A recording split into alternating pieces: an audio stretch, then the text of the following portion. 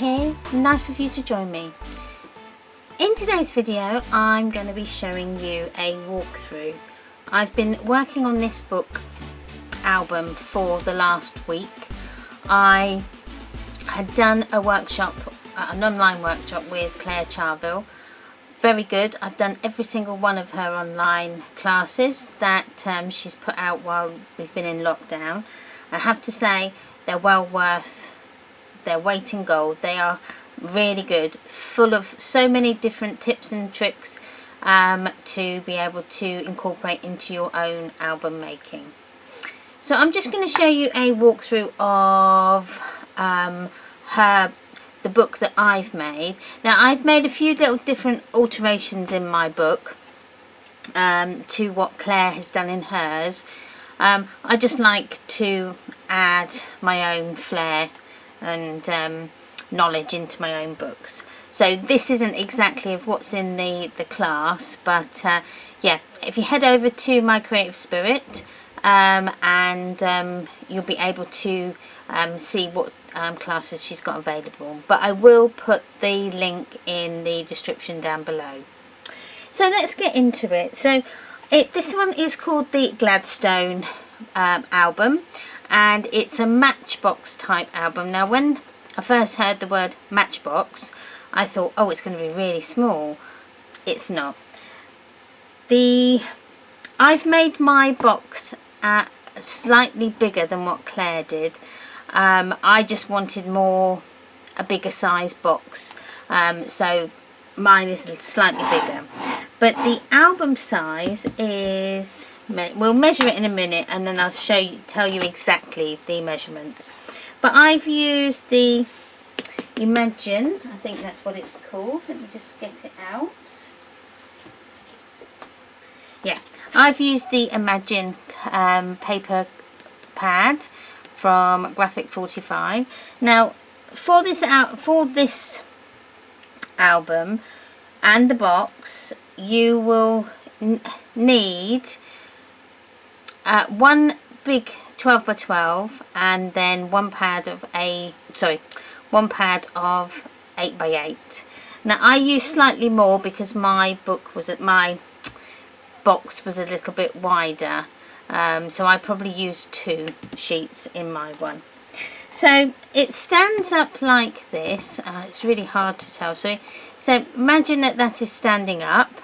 So it stands up like that, and then you lift this out, coming upwards. Okay, like so. So you lift it up, and then that's sort of the box. Now I've put an acetate film over it, and then just fussy cut my face, and then this is then the album in the box, in the drawer. So I've kept my album pretty plain because I didn't want it to distract from what the picture was on the front of the book, of the box. So put that to the side. So I've just paper pieced the front, and then for the side I've then carried that paper along, so it just makes it one continuous picture. I quite like that effect actually. So opening it up, now this is Claire, one of Claire's tips, which I thought was fantastic. She's used the Tim Holtz vintage photographs, and I think it's such a good idea because it shows you then what the album will look like with photographs. So that's a fantastic tip. So these ones will just pop out, as you can see, they'll just pop out, and then you can put your own little photographs in, but we'll keep that in, and so does that one. Then I've used some of the chipboard elements on the side here, so that it is all very cohesive. And then I've used some magnets that are hidden in our little tab here, and then open it up. These ones also come out so that you can put either journaling or your photographs in there. And then we've got a pocket here on the side that can house more photo mats. Okay, so the album size. So the album size is So this is, it's 5 1/4 across by 7.5 wide, long, sorry. So it's a nice size album. It's a little bit bigger obviously than A6, probably a little bit smaller than A5. So that is, so it's probably a little bit smaller than A5. There you go, there you can see the comparison there. But these can go in any size you want, so you just have to mess around with the measurements, and you can get it either bigger or smaller. So I've got these two the same. So again, that just is a flap that opens out, and again these little photos mats come out so you can put photographs in, and again there's another little pocket that side, okay, with some like so. Okay, so turning it over. Now this is a bit of an ingenious idea. I love this idea from Claire. This is a sliding photo mat, okay, so it just slides up and down, but mine kind of gets stuck.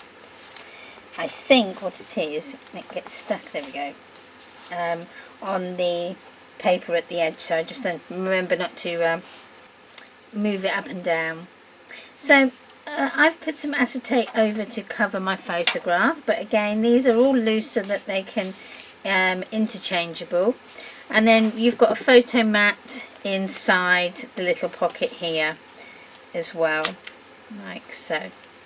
And then you've got a photo mat there, and then you've also got room here, let me see,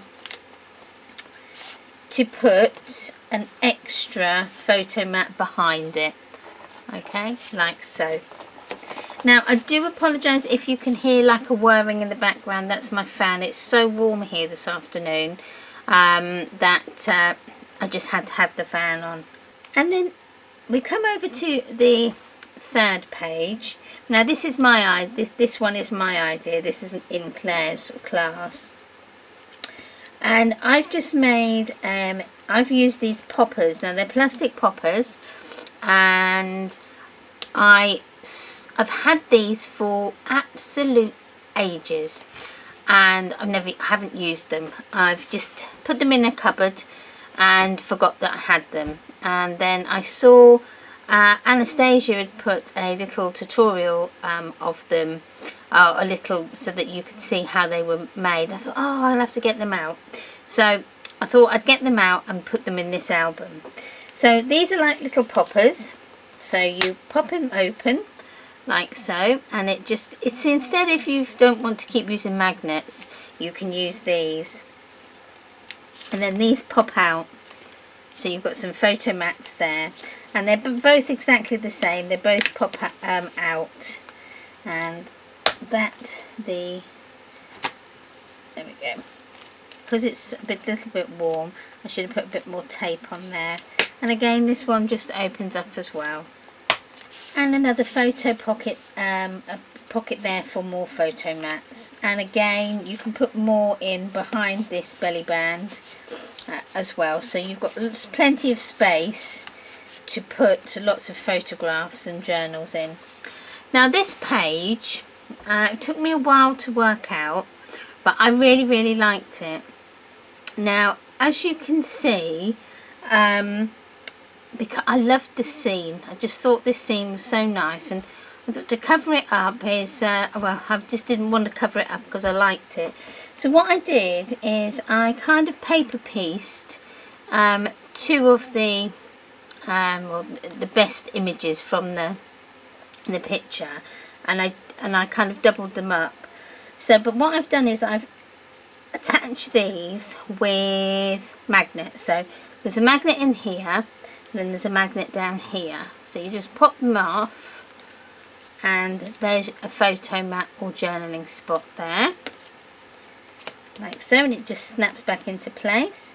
And then this one is exactly the same, with a journaling spot up there. You can put some photograph here, and the magnet is hidden behind that.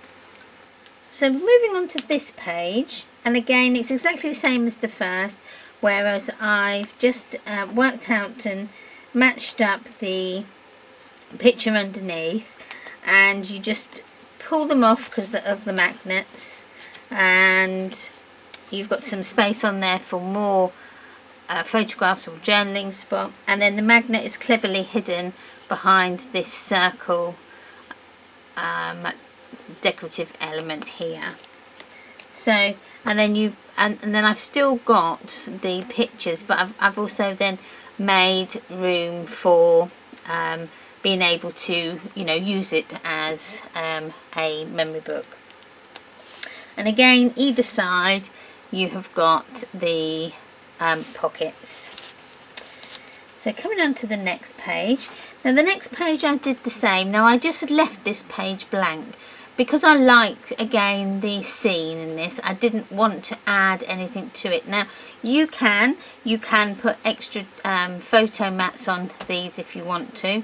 I just left them blank because I liked that scene. I like the way it flows from page to page. And then again, more journaling spots and photo mats in the corners here, like so.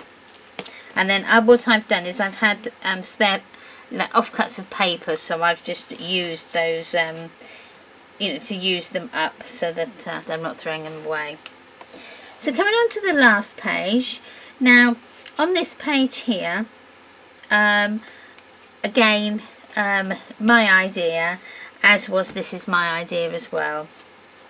And so on this page I've just added a flap, and I've put in a tag with a paper clip holder there just to give a decorative feature. And you open it up so you've got a journaling or photo mats that you can put there. And then this one, I've used some of the acetate. I'm loving using this acetate to keep our photographs behind. They do work really well. So I've put in a photograph there that can come out. Get my little fingers under there now. So it can come out. I'll tell you what I'll do. Take that bit out first, that'd be easier. So then you can take that out and interchange your pictures if you want to. Get that back in. There we are. And then this one here is another one of those photo pockets. Again, this has got the acetate on here that you can interchange these photographs if you want to. And then we've got some more journaling spots and photo mats in there. So that then was hidden behind there, like so. Close that up. And then on the back here I've just got another one of those photo mats that you can take the photographs out of with the acetate. And then I haven't done anything on the back yet there. But you can put some more journaling spots on there, photos, a few more embellishments and things, just to finish that little bit off. And again, this here is where the magnet is. I've kind of done a decorative circle just to keep that magnet hidden. And we come to the back, and that's the end of the walkthrough. I've enjoyed making this book. I love this paper collection by Graphic 45. It is one of my favourites. Well, they're all my favourites, to be fair. So thanks again for watching. I hope you've enjoyed this video. I have got a new group that has I've just started over on Facebook called Memories Paper Art. Come over and find us on there. Please come and join our group. You'll see more inspiration on there from myself and the other members of the group. Lots and lots and lots of knowledge on there. So if you're unsure of something, then please come and ask. We're all quite friendly over there. But it's not just for memory books. If you're into mixed media or anything like that, you know, you're very welcome to come and join in. That's why it's kind of called Memories Paper Art, because it is, you know, a whole inclusive group. Anything else? Yeah, please subscribe if you are not already a subscriber.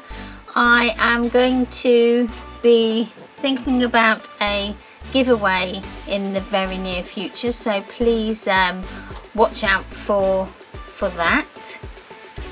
So thanks again for watching, and I will see you on the next one. Bye bye.